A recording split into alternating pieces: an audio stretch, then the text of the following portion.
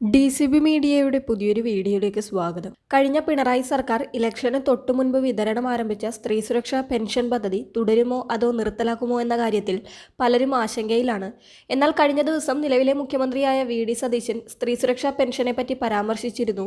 35 വയസ്സിനും 60 വയസ്സിനും ഇടയിൽ പ്രായമുള്ള മഞ്ഞ പിങ്ക് റേഷൻ കാർഡിൽ ഉൾപ്പെടുന്ന സ്ത്രീകൾക്ക് മാസം 1000 രൂപ വീതം ആനുകൂല്യമായി നൽകുന്ന പദ്ധതിയാണ് സ്ത്രീ സുരക്ഷാ പെൻഷൻ.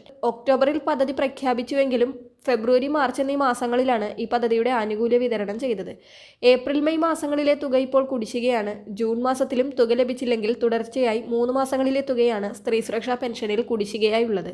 2026 ഫെബ്രുവരി മാസത്തിൽ ഏകദേശം 10 ലക്ഷം പേർക്കും മാർച്ച് മാസത്തിൽ 16 ലക്ഷം പേർക്കുമാണ് സ്ത്രീ സുരക്ഷാ പെൻഷൻ ഇതുവരെ ലഭിച്ചിട്ടുള്ളത്. പുതുതായി വന്ന UDF സർക്കാർ മെയ് മാസത്തെ സാമൂഹ്യ സുരക്ഷാ പെൻഷനെല്ലാം വിതരണം ചെയ്തുവെങ്കിലും സ്ത്രീ സുരക്ഷാ പെൻഷൻ നൽകിയിരുന്നില്ല. ഇതോടെയാണ് സ്ത്രീ സുരക്ഷാ പെൻഷൻ പദ്ധതി പിൻവലിച്ചോ എന്ന സംശയം ഉയർന്നത്. കൂടാതെ ഗവർണർ നിയമസഭയിൽ നടത്തിയ പുതിയ സർക്കാരിന്റെ നയപ്രഖ്യാപനത്തിലും സ്ത്രീ സുരക്ഷാ പെൻഷനെ പറ്റി ഒന്നും പറഞ്ഞിരുന്നില്ല. ഇന്നലെ മുഖ്യമന്ത്രിയുടെ വാർത്താ സമ്മേളനത്തിൽ മാധ്യമപ്രവർത്തകർ സ്ത്രീ സുരക്ഷാ പെൻഷൻ പദ്ധതി പിൻവലിച്ചോ എന്ന് മുഖ്യമന്ത്രിയോട് ചോദിച്ചിരുന്നു. അതിന് മുഖ്യമന്ത്രി പറഞ്ഞ മറുപടി അത്തരത്തിലൊരു തീരുമാനവും സർക്കാർ ഇപ്പോൾ എടുത്തിട്ടില്ല എന്നതായിരുന്നു. തദ്ദേശ തിരഞ്ഞെടുപ്പ് തോൽവിക്ക് ശേഷം നിയമസഭാ തിരഞ്ഞെടുപ്പിന് തൊട്ടു മുൻപായി കഴിഞ്ഞ സർക്കാർ പ്രഖ്യാപിച്ച പദ്ധതിയായതിനാൽ ഈ സർക്കാരിന് അതിന്റെ വിശദാംശങ്ങൾ പരിശോധിക്കുവാനുണ്ടെന്ന് മുഖ്യമന്ത്രി വ്യക്തമാക്കി. മാത്രമല്ല നിലവിലെ ഗുണഭോക്താക്കളുടെ അർഹതയെപ്പറ്റിയും പരാതികൾ വന്നിട്ടുണ്ടെന്നും മുഖ്യമന്ത്രി പറഞ്ഞിരുന്നു. ഇതിൽ നിന്നും മനസ്സിലാക്കേണ്ടത് സ്ത്രീ സുരക്ഷാ പെൻഷൻ പദ്ധതി പുതിയ സർക്കാർ പരിശോധിച്ചുകൊണ്ടിരിക്കുകയാണ്. ഈ പദ്ധതിയിൽ ചിലപ്പോൾ മാറ്റങ്ങൾ വന്നേക്കാം. നിലവിലെ അംഗങ്ങളായ ഗുണഭോക്താക്കളെപ്പറ്റി പരാതികളും എത്തിയിട്ടുണ്ട്. അർഹതയില്ലാത്തവരും ആനുകൂല്യ ലിസ്റ്റിലുണ്ടെന്ന സൂചനയാണ് മുഖ്യമന്ത്രി നൽകുന്നത്. എന്നാൽ ഈ പദ്ധതി നിർത്തുമെന്നോ ഇത് തുടരുമെന്നോ മുഖ്യമന്ത്രി വ്യക്തമാക്കിയില്ല. 3770 കോടിയോളം രൂപ കഴിഞ്ഞ പിണറായി സർക്കാരിന്റെ ബജറ്റിൽ സ്ത്രീ സുരക്ഷാ പെൻഷൻ പദ്ധതിക്കായി മാറ്റിവെച്ചിരുന്നെങ്കിലും സർക്കാർ മാറിയതോടെ സംസ്ഥാനത്ത് ഈ വർഷം പുതിയ ബജറ്റ് അവതരിപ്പിക്കേണ്ടി വരികയാണ്.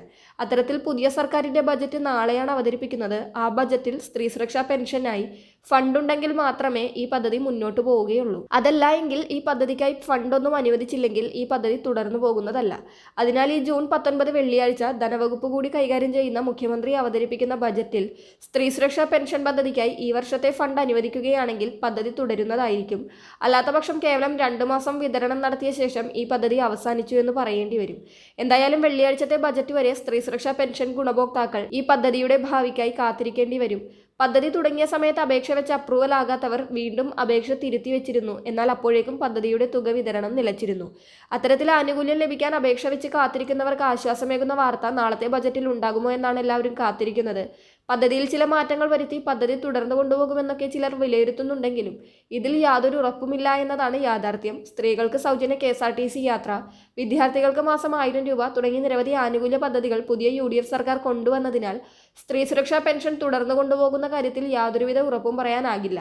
മാത്രമല്ല നാളത്തെ ബജറ്റിലാണ് ക്ഷേമ പെൻഷൻ ഉയർത്തുമോ എന്ന കാര്യത്തിലും ഉത്തരം ലഭിക്കുക. ഒറ്റത്തവണയായി 3000 രൂപയാക്കി ഉയർത്തുവാനുള്ള സാധ്യതയില്ല. ആദ്യഘട്ടത്തിൽ 200 രൂപയൊക്കെ വർദ്ധിപ്പിച്ച് പിന്നീട് ഘട്ടം ഘട്ടമായി ഇത്തരത്തിൽ ചെറിയ തുകകൾ വർദ്ധിപ്പിച്ച് സർക്കാരിന്റെ കാലാവധി കഴിയുമ്പോൾ തന്നെ പെൻഷൻ 3000 രൂപയാക്കി മാറ്റാനാണ് സർക്കാർ ശ്രമം. എന്തായാലും നാളെ അവതരിപ്പിക്കുന്ന ബജറ്റിലാണ് സ്ത്രീ സുരക്ഷാ പെൻഷൻ തുടരുമോ എന്ന കാര്യത്തിലും ക്ഷേമ പെൻഷൻ വർധനയുടെ കാര്യത്തിലും അന്തിമ തീരുമാനം ലഭിക്കുക. വളരെ പ്രധാനപ്പെട്ട ഒരു ഇൻഫർമേഷൻ മറ്റുള്ളവർക്ക് കൂടി ഷെയർ ചെയ്യുക.